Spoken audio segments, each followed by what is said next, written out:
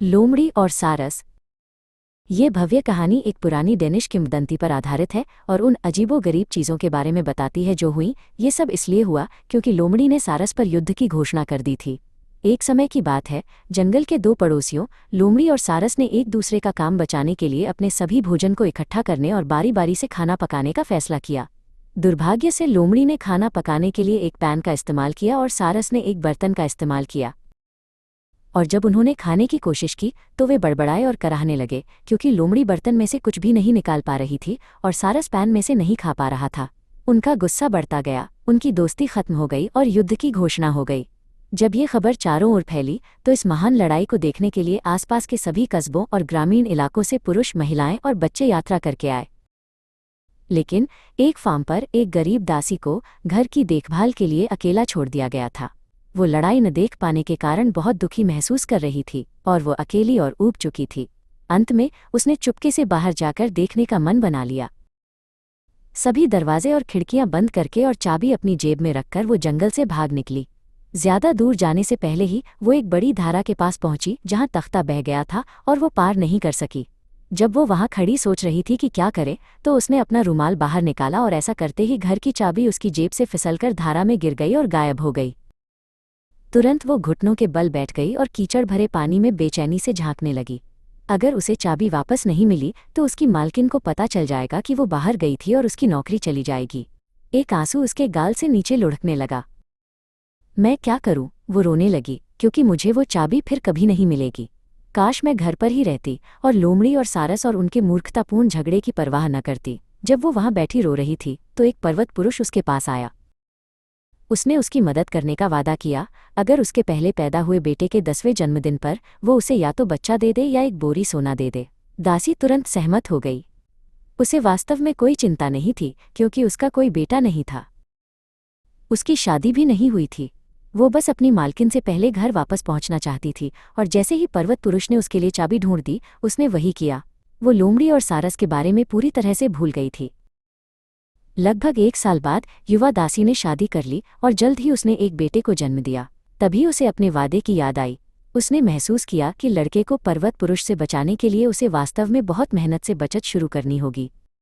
उसके पास जो भी अतिरिक्त सिक्का होता था वो एक बड़ी बोरी में डाल देती थी। अगर उसे कभी कोई अतिरिक्त पैसा मिलता तो वो अपने लिए विलासिता की चीज़ें नहीं खरीदती बल्कि उसे भी सीधे बोरी में डाल देती थी। हालांकि जब बच्चा लगभग 9.5 साल का हुआ तो सोने की बोरी आधी भी नहीं भरी थी। आंसू भरकर दासी ने अपने बेटे को पर्वत पुरुष के बारे में बताया। वो बहुत बहादुर था और उसने अपनी माँ से चिंता न करने को कहा। वो पर्वत पुरुष के साथ जाएगा। लड़के के 10वें जन्मदिन पर दरवाजे पर खटखट की आवाज़ हुई। वो पर्वत पुरुष था जो लड़के को लेने आया था। लड़का पर्वत पुरुष के साथ रहने चला गया जिसने उसके साथ बहुत क्रूर व्यवहार किया और उसे असंभव कार्य करने के लिए दिए। एक दिन उसने लड़के को अस्तबलों की सफाई करने को कहा। अगर तुम मेरे लौटने तक खत्म नहीं कर पाए तो मैं तुम्हारा सिर काट दूंगा, उसने उससे कहा। और ध्यान रखना कि तुम कभी बड़े खलिहान के पीछे न जाना।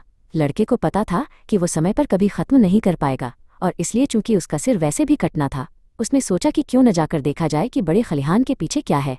वहां उसने एक चरखे पर एक खूबसूरत युवती और 3 कुत्ते पाए। उसने उसे अपनी कहानी समझाई और उसके आदेश पर तीनों कुत्तों ने उसके लिए उसके कार्य पूरे कर दिए।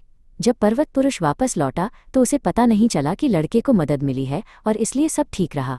अगले दिन पर्वत पुरुष फिर से बाहर गया। लड़के को माल्ट से भरा एक सींग और हॉप से भरी एक छोटी कटोरी छोड़कर गया। मेरे लिए कुछ बियर बनाओ, उसने आदेश दिया। एक बार फिर युवती और कुत्तों ने उसकी मदद की।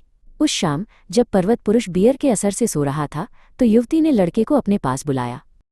ध्यान से सुनो, उसने फुसफुसाया। हमारे लिए यहाँ एक पल भी और रहना सुरक्षित नहीं है। लेकिन निश्चित रूप से, लड़के ने हस्तक्षेप किया, जब हमारे पास मदद के लिए कुत्ते हैं तो हमें कोई नुकसान नहीं होगा, भले ही हमारा मालिक कितना भी क्रूर क्यों न हो। लड़की ने अपना सिर हिलाया। नहीं, ऐसा नहीं है। आखिरकार वो हमें वैसे भी हमारे सिर काट देगा, हमें ऐसे कठिन कार्य देकर जिन्हें हम में से कोई भी कुत्तों की मदद से या उनके बिना भी प्रबंधित नहीं कर पाएगा। तो हम क्या करें? लड़के ने बहुत डरते हुए पूछा। एक भी आवाज़ मत करना, युवा दासी ने फुसफुसाकर जवाब दिया। क्योंकि हमारे पास केवल एक ही मौका है कि अभी चुपके से भाग निकलें जब पर्वत पुरुष अभी भी सो रहा है। हम पुराने पहाड़ी रास्ते से जल्दी से नीचे चलेंगे क्योंकि मुझे रास्ता बहुत अच्छे से पता है। ये हमें जंगलों में सुरक्षित पहुंचा देगा। तीनों कुत्तों को अपने पीछे लेकर युवा बच्चे तेजी से घर से भाग निकले, इस उम्मीद में कि पर्वत पुरुष उन्हें नहीं सुन पाएगा। वे काफी देर तक भागते रहे, तभी उन्होंने अपने पीछे भाप का एक बादल देखा। ये पर्वत पुरुष है, लड़की चिल्लाई, वो जरूर इसी तरफ आ रहा होगा। ठीक उसी क्षण वे एक मोड़ पर पहुंचे जहां संकरा पहाड़ी रास्ता पूरी तरह से गायब हो गया। हम फंस गए, लड़के ने आह भरी। हमें वापस जाना होगा और पर्वत पुरुष के साथ रहना होगा। हालांकि युवा दासी को एक विचार आया। सुनो, उसने कहा, अपने सिर से एक बाल और मेरे सिर से एक बाल तोड़ो, अपना बाल दाएं फेंको और मेरा बाएं, ताकि तुम एक पेड़ बन जाओ और मैं एक चिड़िया डालियों में गाती हुई। लड़के ने ऐसा किया और तुरंत उनकी इच्छा पूरी हो गई। कुछ ही मिनटों बाद पर्वत पुरुष रास्ते से मोड़ के चारों ओर तेजी से आया और रुकने में असमर्थ होकर पहाड़ की तरफ से गिर गया और फिर कभी दिखाई नहीं दिया। वो पेड़ और वो चिड़िया एक बार फिर लड़का और युवा दासी बन गए और तीनों कुत्तों के साथ एक छोटे से जंगली कुटिया में रहने चले गए और वहां वे बहुत खुश थे। याद रखें, ये सभी अजीबोगरीब चीजें इसलिए हुईं क्योंकि बहुत पहले लोमड़ी और सारस ने एक दूसरे पर युद्ध की घोषणा कर दी थी। नैतिक शिक्षा: जल्दबाजी में किया गया वादा बड़े खतरे का कारण बन सकता है, लेकिन साहस और दयालुता बुराई को हरा सकती है।